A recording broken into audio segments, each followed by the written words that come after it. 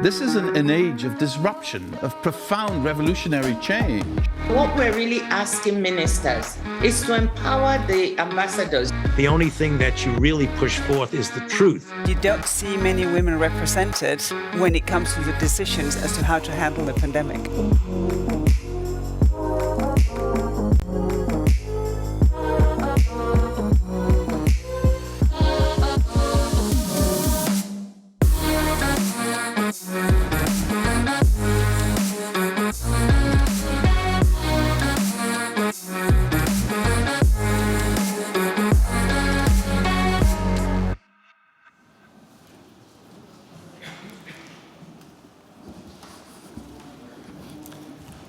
Good morning, ladies and gentlemen. I'm Doug Busvine. I'm Politico's healthcare editor.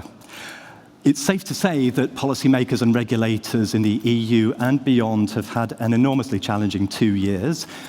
And today, after taking on one of history's most deadly pandemics, which still lingers in our everyday life, we are faced with a new set of challenges spurred by the war in Ukraine.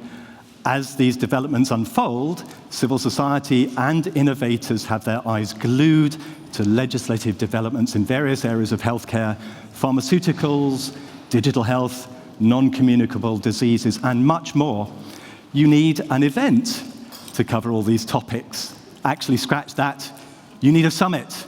And that's why we're proud to welcome you to Politico Live's 7th Healthcare Summit in the magnificent Rotonde Berthuis of the Beaux-Arts Museum in Brussels, with apologies for my pronunciation.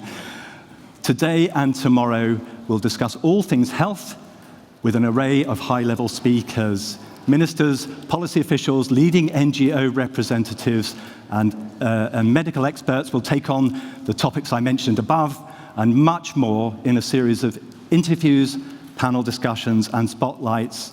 I'm delighted to MC the opening and moderate the panel discussion, the first panel discussion, but I'm equally delighted that our stellar health team at the back, Helen Collis, Ashley Furlong, Carlo Martuscelli, and Sarah Taisir Ben Sharif will be hosting what promises to be a series of fascinating interviews and panel discussions over the next 2 days. I'd also like to thank you for attending. Please give yourself a warm round of applause for making it here.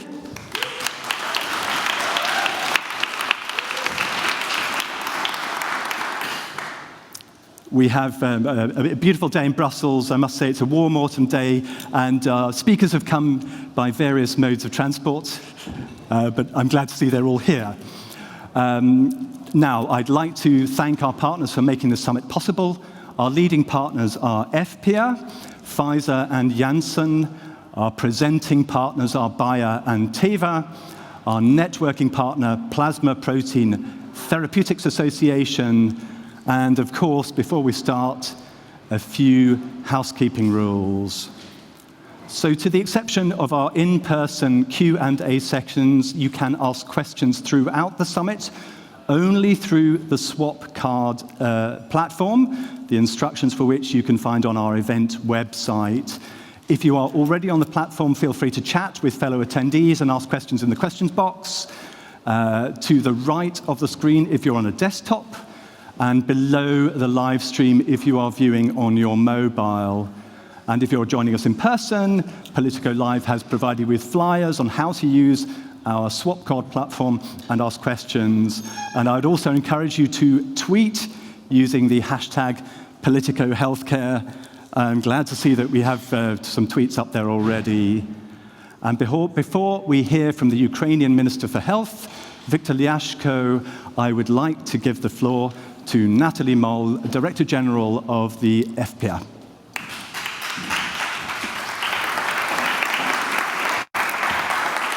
Thank you so much, Doug, and good morning. It's such a pleasure to be here in person and online. I was just saying, not an easy feat.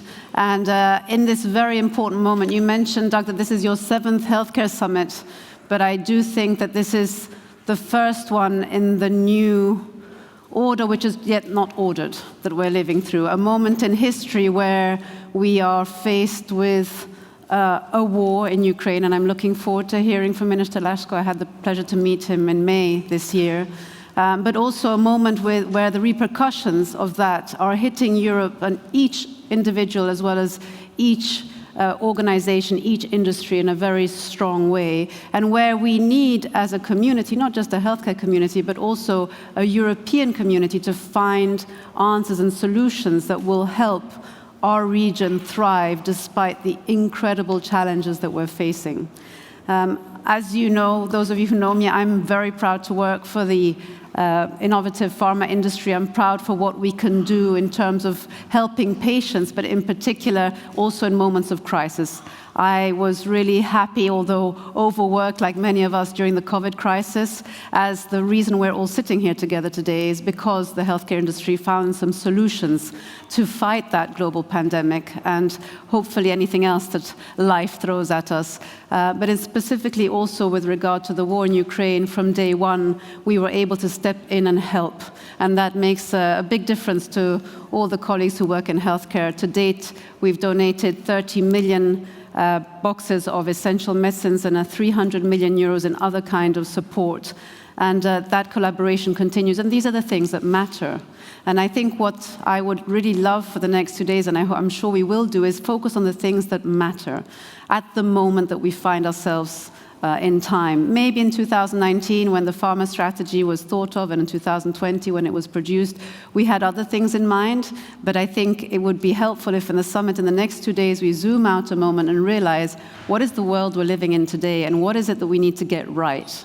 And that's going to be a challenge. It always is a challenge because it's still, the world is still modifying, and we haven't found a stability yet. But I think certainly we have a promising healthcare pipeline with 8,000 medicines coming, and it does matter where that innovation happens.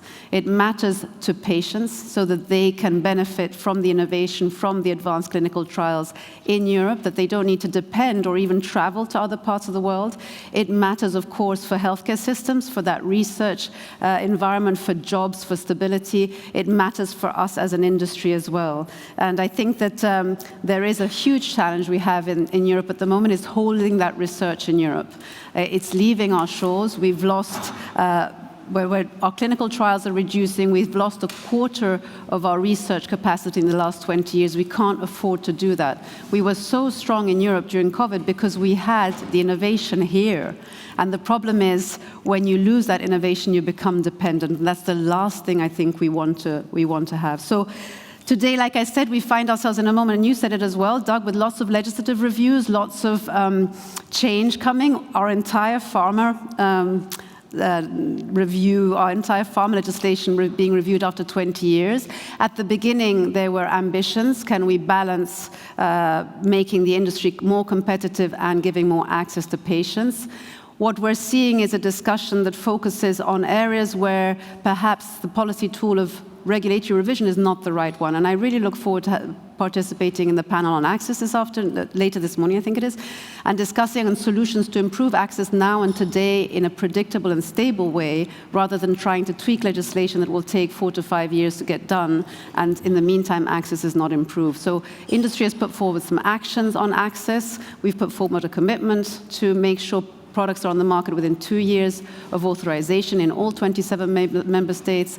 We are checking that commitment, because a commitment is not valid until you can measure it with an online portal. And we want to do more. We want to make sure we can sell medicines at prices that member states can afford. But to do that, we need to do that together. As an industry, we can't do that alone. So I'm really looking forward to discussing about that. I'm really looking forward to discussing about how we can turn the tide to keep our research in Europe and be better at producing medicines from that research.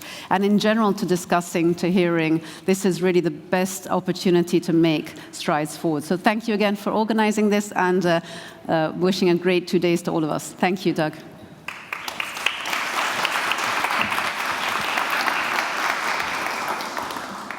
Thank you so much, Nathalie, for your welcoming remarks, and thanks for your support also.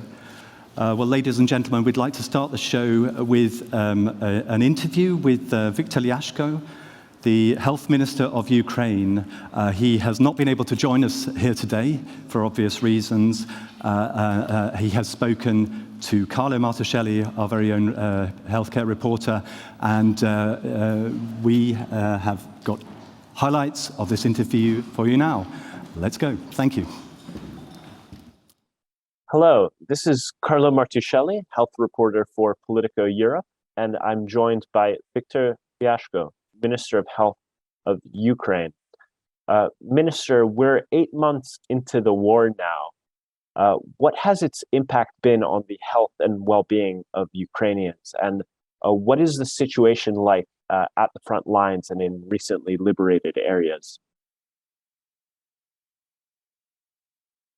Вітаю і бажаю всім міцного здоров'я. Good morning, and I wish good health to everyone. The war influences drastically on the health of Ukraine and also to the access to the medical care.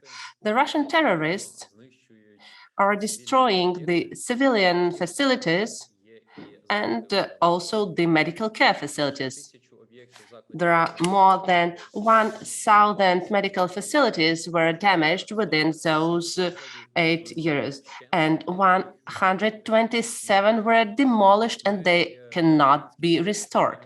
The Ukrainian government, together with the local authorities, are trying to restore the medical facilities. 80 have been restored already and they started functioning. And around 300 are being renovated, but it's a partial renovation. But it means that more funds are needed to renovate the hospital till the conditions they used to have before the war. And also the Russian terrorists are capturing the ambulances, and there are more than 100.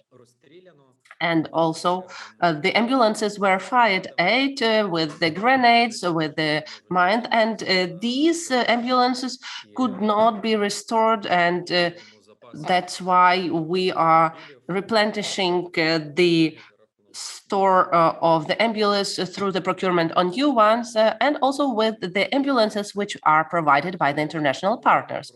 If we are speaking about the killed doctors, there are 29 civilian medical doctors who were killed, and more than 100 were heavily wounded, and they cannot perform their work right now. They are now being treated.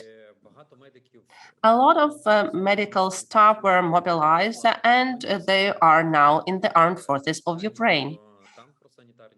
The data on the killed and wounded in the armed forces could not be disclosed right now.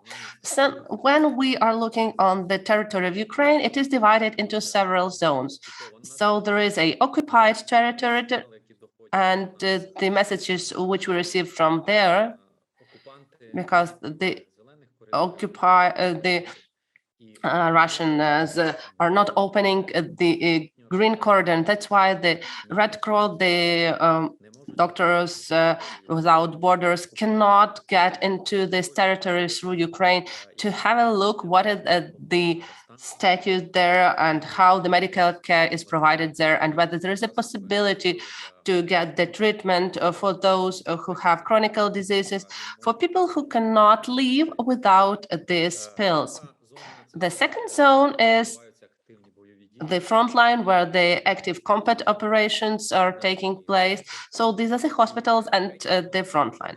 And the third zone is the territory in a more or less peaceful territory. But now we understand that all the territory of Ukraine is under threat because of the Iranian drones and Russian missiles. When we are looking at these territories, we have different strategies to the access to medical care, and also the complication of levels of medical care which can be provided on these territories. We already have experience on the occupied territories. We are recovering the medical care facilities quite in a quick way. We are moving the mobile hospitals, and we are involving the medical staff from the from the center of the catastrophes who have the necessary treatment facilities and pills which are discovered at these territories. In the last months, the Russian terrorists are committing another terrorist attacks. They are shelling the energy and grids and electricity grids and the power plants. So in this way, they are willing to intimidate Ukrainians, but it's another war crime against humanity because shelling the electricity grids and energy grids means that there will be no electricity within the medical facilities. Russia has been threatening tactical nuclear strikes, and there's also been talk of dirty bombs. Poland and Romania have both distributed iodine tablets to their population since the start of the war. How are you preparing for a scenario of nuclear detonation? Right now, we have some storage of iodine in the zones of 20 kilometers, and also in the areas of the most possible areas of radioactive dust. And we have given them to the doctors operating in these areas in 2 times volumes, and also at the centralized storages for us to have the possibility to distribute these pills as quickly as possible in case of the usage of the shellings or the usage of the nuclear or other types of weapons. But we should understand that iodine is protecting us only from the radiation, and it could the radiation could influence the whole body, and we cannot understand in which areas we could have the other diseases and how to detect more than 30 kilometers distance where the people could be also affected. We already know the list of hospitals, and we understand from which regions in fact, from the place where the disaster could happen, where people will be transferred and allocated, and how they will be treated. But and then 3 dots. It's better to prevent in this case and not to let this happen in the 21st century, the usage of the nuclear weapon.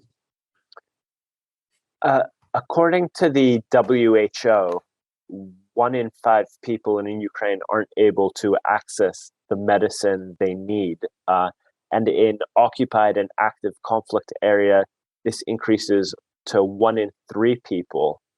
The most cited reason, according to the WHO, that people can't access medicine is the increase in price. Minister, how are you dealing with this? I know since the start of the war, there have been difficulties in getting people the medicine they need, but it seems like now the reasons are changing. Obviously, we're in a very acute economic situation. So how is the ministry handling this and ensuring that people get access to medical supplies?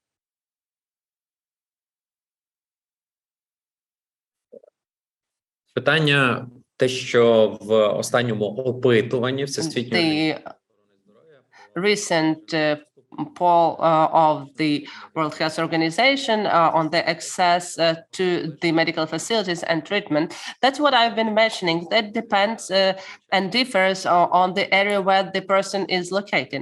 We understand what is happening in the occupied territories, on the deoccupied territories, and also it's due to the fact that people cannot get to the drugstores and also to get the recipes from their doctors, which they can get the pills the price for which are covered by the state to prevent the heart diseases and other diseases.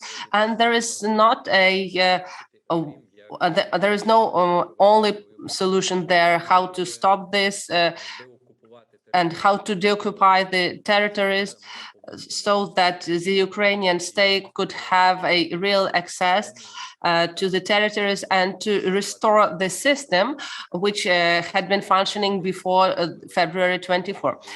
Great. On that final topic that you mentioned just now, the EU has rolled out a solidarity mechanism to help transfer Ukrainian patients throughout the EU. I wanted to know, from your perspective, has it been helpful? I know that there hasn't been a huge take up in terms of the number of patients, at least since I last checked, but is that useful? And what other things can the EU do in terms of health to make your very difficult job a little easier? По-перше, я хотів би подякувати за First of all, I would like to thank for the assistance which Ukraine and Ukrainians receive from the EU and the member states of the EU. From the start of the war, we received like the medicines, 6,000 tons of medicines from the EU. That's more than 9 billion hryvnias.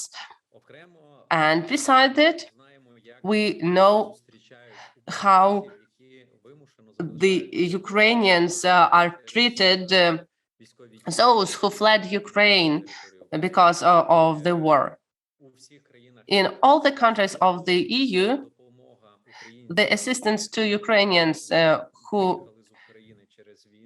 fled Ukraine is at the same level as the citizens of the EU receive. And we are very thankful for this because it's a great support for us, so that Ukrainians who left Ukraine could receive a free of charge medical treatment.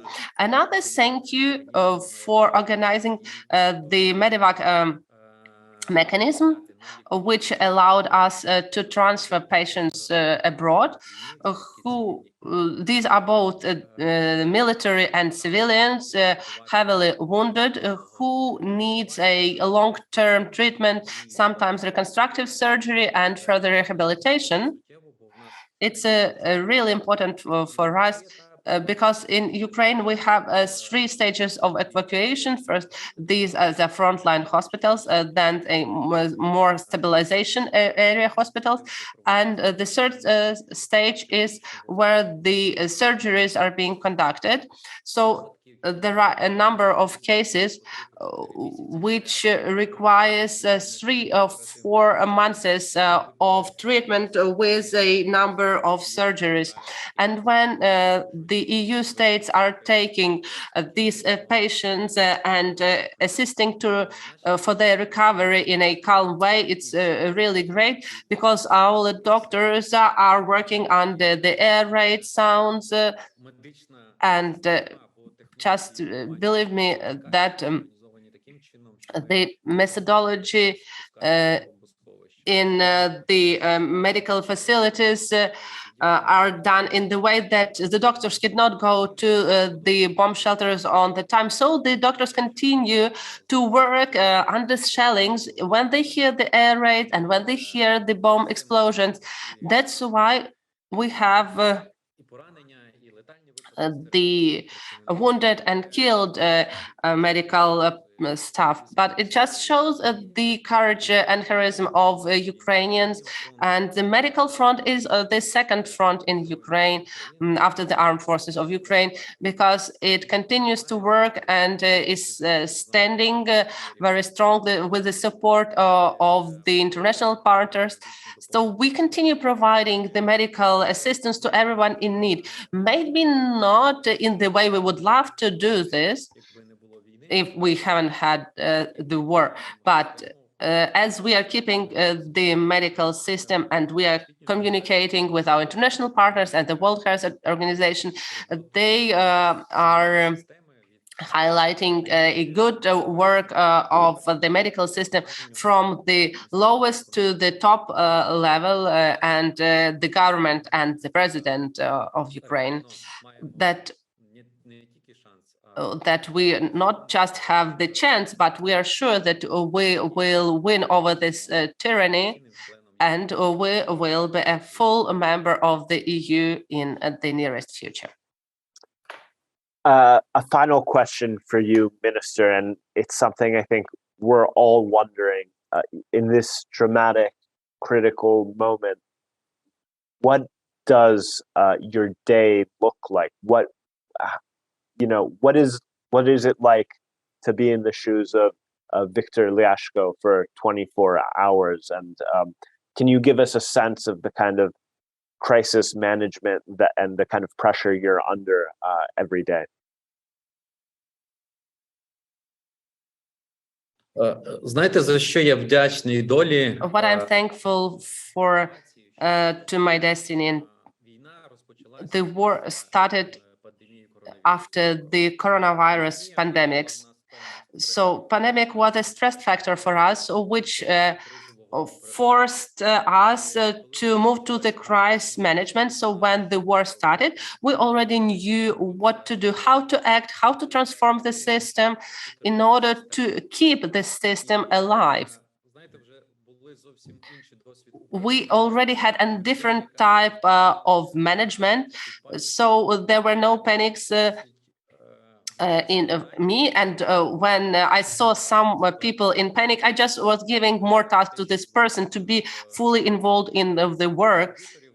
And not to look into the news, what's going on, but to do his or her job, which I was requesting to do. And I was reviewing how the process is going on. So after 2 or 3 months, we understood that it's a stressful situation, and it's more important to work properly and to react on the situation which is ongoing in Ukraine. So the roles are very strictly determined, and how the orders are moving down, and there is an understanding at the regional level how they operate. And there is a direct contact with the hospitals. We understand how the front line is moving. We understand how the evacuation is happening, and the direct contact with the medical service of the armed forces. So you can hear different issues which we can get all together. But in order to stand and not to have this feeling that it's too complicated, I think that in May, I brought back sport to my life, because for the first months I was in the Ministry of Health. I was not leaving the building at all, back to my home, just to some business trips to the medical staff. So from May, I started again doing sports, and it helps to bring your thoughts in the right way and to feel that you're alive, that what you're doing is necessary for Ukraine, and you can see the outcome of your work. And despite everything, despite there are some critics, we have to do our work because we understand that today we are here to win. And the assessment of our actions, of our deeds will be done after the victory. We will be thinking over what was done wrong, what could have been done better, and we will be developing the algorithms how to react in the best way, and we could transfer this experience to other countries further. Minister, thank you so much for your time. I think that's a great note to end it on. If even you, Minister, can find some time to do some sport and some exercise, it means that we all can. Once again, thank you so much for speaking with us, and best of luck with your work.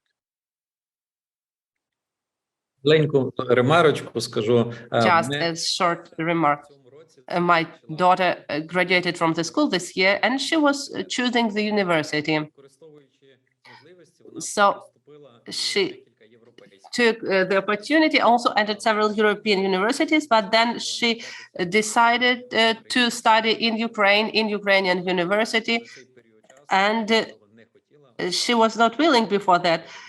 But she decided after the war that she would become a doctor, and she entered the medical university.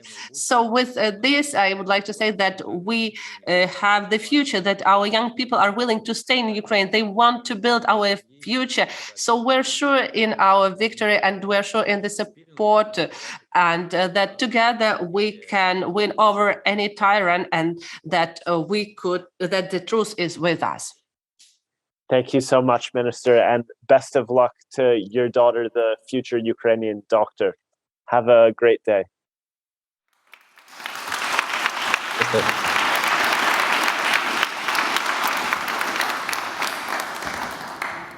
Thank you, Carlo.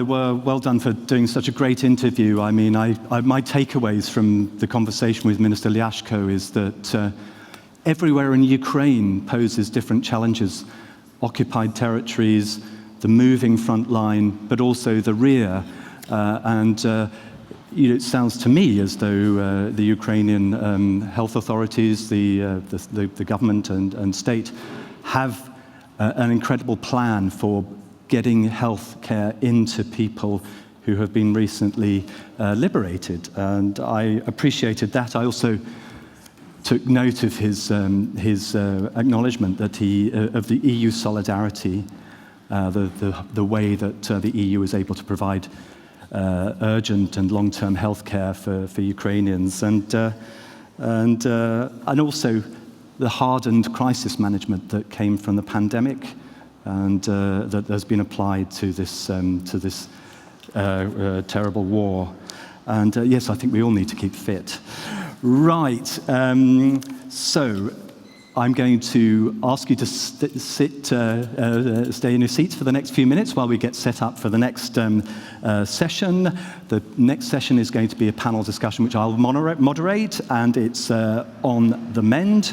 2 years after the global pandemic, what's the diagnosis for Europe's health systems? So we'll be back shortly.